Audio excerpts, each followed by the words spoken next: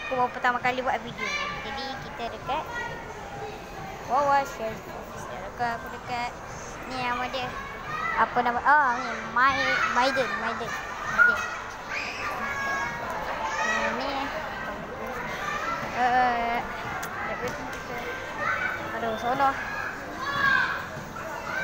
Aduh, seronok kan? Aduh. Aku teringin.